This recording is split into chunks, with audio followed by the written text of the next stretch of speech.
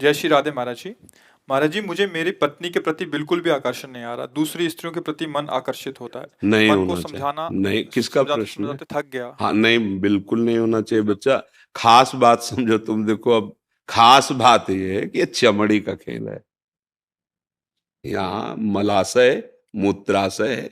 कुछ खास बात कहीं सोने के नहीं लगे अंग, कहीं हीरा जवाहरात के अंग नहीं बने, सब मांस के बने और सब मलमूत्र के द्वार हैं।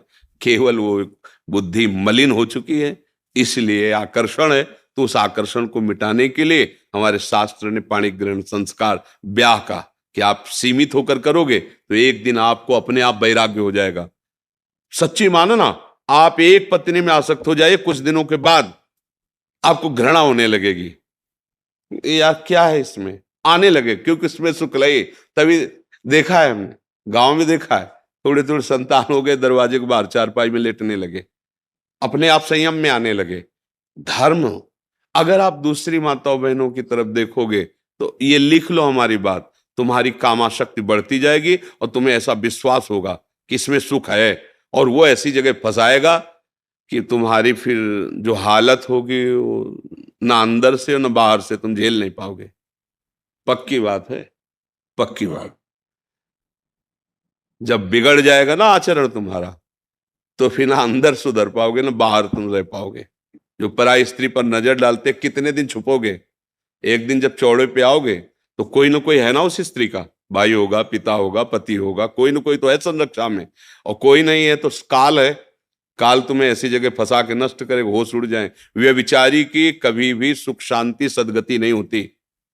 अगर ब्याह हुआ है तो अपनी पत्नी में ही भगवत भाव करके कि प्रभु इसी रूप में आए, हमारे अंदर चाह थी भाई कोई साथी मिले तो इसी रूप में आए हैं बस। और शांत, ये उद्दंडता अगर बनी रही तो दुर्गति पक्की है, पक्की। इसलिए मतलब ये नेत्र चराना बंद करो। ये नेत्रों को जो चराना होता है ना, हाँ, ये दैवी शक्ति है। जितना बुरा देख करके सोचोगे उतने तुम्हारे सुकृत नष्ट हो जाएंगे और आगे तुम्हें दुख मिलेगा पक्का। इसलिए बहुत होश में रहो, बहुत होश में। जरा सी गलती तुम्हारे कई जीवनों को नष्ट कर देगी। देखो, एक बीच में हमें किसी ने बताया था कि वहाँ कोई स्कूटी से लड़की जा रही थी, उसकी स्कूटी खराब हुई और चार लोग ट्रक वाले ऐसे खड़े थे, उसको काम दुकान जानते हैं, ले गए और गंदे आचरण करके तेल डाल के उसे जला के मार दिया। दूसरे दिन पता चला कि सुबह ही उनको वहीं गोली मार दी थी, वहीं मार दी गई थी। शायद ये हैदराबाद की तरफ ऐसे कहीं किसी ने देखा। परिणाम देखो ना, देखो ना, ये इतना ही थोड़ी परिणाम है। ये तो यहाँ का हुआ व्यवस्था। आगे जो व्यवस्था होगी वो इतनी बुरी व्यवस्था है नरक में कि वहां कोई किसी की सुनता नहीं, वहां कोई सिफारिश नहीं, वहां मरना नहीं। वहां अगर कोलू में पेरे जा रहे हो तो पूरे चैतन्य, एकदम बेहोश नहीं, बार बार।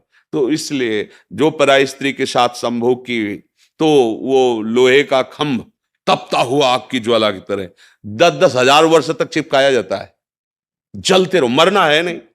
ऐसा अगर स्त्री कोई पराये पुरुष के साथ ऐसा, बहुत होश में, ये मिथ्या नहीं है। जैसे अभी आपको लगता है क्या कानून है यार, जो कर फंस जाओ जरा सा, तुम्हारे ऊपर केवल कानून में जाके रिपोर्ट हो जाए कि आप छेड़ रहे थे, आप ऐसा कर, फिर देखो क्या होता है। अगर आप प्रमाणित पाए गए तो आपको सजा हो सकती है, आजीवन कारावास या जो भी दंड मिल सकता है। तो है ना दंड विधान, तुम्हारी मनमानी से थोड़ी है। ऐसे ही ये भागवतिक दंड विधान जो नरक, अरे कहां नरक स्वर्ग, ऐसा नहीं है। जेल है ना भारत में, दंड विधान है ना। अरे बोले कौन देखता है किसकी, तो जब यहां से पकड़ के जाते हैं ना तो पिटाई चौराहे पे नहीं की जाती है। ऐसे नरक एकांत में भला है, वहां जाके सड़ाया जाता है। वहां सीसीटीवी से थोड़ी सबको भेजा जाता है कि देखो ये नरक का दंड मिल रहा है। ये शास्त्रीय विधान भैया, बहुत सबसे ज्यादा खतरनाक ये अपराध गिरा देता है।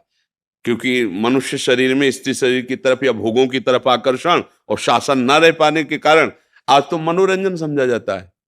शास्त्रीय मर्यादाएं, धर्म, इनकी तरफ तो वृत्ति ही नहीं जा रही। इसको तो मनोरंजन कि यार कुछ नहीं इसमें नहीं, आज तुम्हारा इधर कल उधर, ऐसा नहीं, फिर दुर्गति भी भोगनी पड़ती है। ये भारत देश है, परम पवित्र देश है, ये धर्म के अनुसार चलने वाला देश है। यहाँ जन्म होना, यहाँ बहुत महिमा, जहाँ पावन गंगा जी, यमुना जी, प्रभु श्री कृष्ण, प्रभु श्री राम, महादेव जी, यहाँ देखो ना कितने भागवती का अवतार, कितनी महिमा। और ऐसे देश में पैदा होके विदेशी आचरणों का अनुकरण करे, बहुत सावधान, बहुत सावधान, ये गलती होने ही ना पावे। बहुत जो चाहे आपन कल्याणा, सुजस सुबत शुभ गति शुभ नाना, सो परनार लीलार गोसाई, तजो चौथ के चंद किनाए। दूसरी माताओं बहनों को काम दृष्टि से देखने का मतलब अपने सर्वनाश का निमंत्रण देना। बहुत होश में, अगर कभी कोई ऐसा संयोग बनता है तो उसे हाथ जोड़ के समझाना होता है, नहीं नहीं नहीं नहीं, आप अपने धर्म से चलिए, मैं ऐसा नहीं कर सकता। जैसे उर्वशी जी अर्जुन को वहां स्वर्ग में, तो उन्होंने कहा आप माता कुंती के समान पूज्य, हम ऐसा, तो उनका जा नपुंसक को साफ स्वीकार कर लिया, गलत नहीं। तो अपने धर्म से चलोगे तो भगवान रक्षा करते, वही साफ वरदान का काम बना, जो अज्ञातवास में वही काम कर गया। नहीं तो कैसे इतना बड़ा महारथी छुपता, देखो वो लगा साप दे दिया, पर धर्म से थे तो वरदान का काम बन गया, अज्ञातवास में वो काम आ गया। इसलिए धर्म से चलो, कभी हानि होने वाली नहीं। बहुत अच्छा भी आपका हृदय है जो आप अपने दोष को पकड़ पा रहे हैं और उससे निवृत्त होना चाहते हैं। कभी ऐसी गलती मत करना, नहीं नहीं, ये सब वो भयानक पाप है जो मतलब बिल्कुल नष्ट कर देते हैं। आज समाज इस बात को नहीं देख रही। बहुत खुशी होते हैं जब किसी के साथ गंदा व्यवहार करने का अवसर मिलता है, समझते मानो मैंने बाजी जीत ली, जीत नहीं ली। इसका परिणाम जब आएगा, तब चाहे स्त्री हो चाहे पुरुष हो, जब परिणाम आएगा तब देखना। थोड़ा हमारे मालिक के दरबार में रजिस्टर विलंब से खुलता है। अनंत ब्रह्मांडों के जीव हैं, पर जिस दिन खुलेगा तुम्हारे पुरखा पानी पा जाएंगे, पक्का समझ लेना। वो आग कोई घूस नहीं चलती और कोई वकालत नहीं चलती, सीधा और करेक्ट, भ्रम नहीं हो सकता। ऐसा नहीं कि मैंने ऐसा नहीं किया था, ऐसा नहीं है, वो तुम्हारे हृदय में ही बैठा है। एक बार स्वीकृति उसको कराई जाती है, ऐसा हुआ कि नहीं उसको दिखाई दे रहा, बस तुरंत उसको भोग दंड मिलता है उसका। इसलिए बचो, राधा राधा राधा, इसीलिए कहते हैं हाँ, नाम संकीर्तनम यस्य सर्व पाप प्रणाशनम, जिनका नाम कीर्तन करने से सारे पाप नष्ट हो जाते हैं। सबसे गलतियां होती हैं, प्रभु क्षमा भी करते हैं। तो राधा राधा नाम जप करो, कभी ऐसा नहीं। माताओं बहनों की तरफ ये देवी शक्ति है, जो अपने पाणी ग्रहण करके धर्म के अनुसार स्वीकार किया वही भाव रखो। नहीं ब्याह हुआ तो संयम से रहो, भजन करो, मुक्त हो जाओ। भगवान ने मनुष्य जीवन भोगों के लिए नहीं, भजन के लिए दिया है।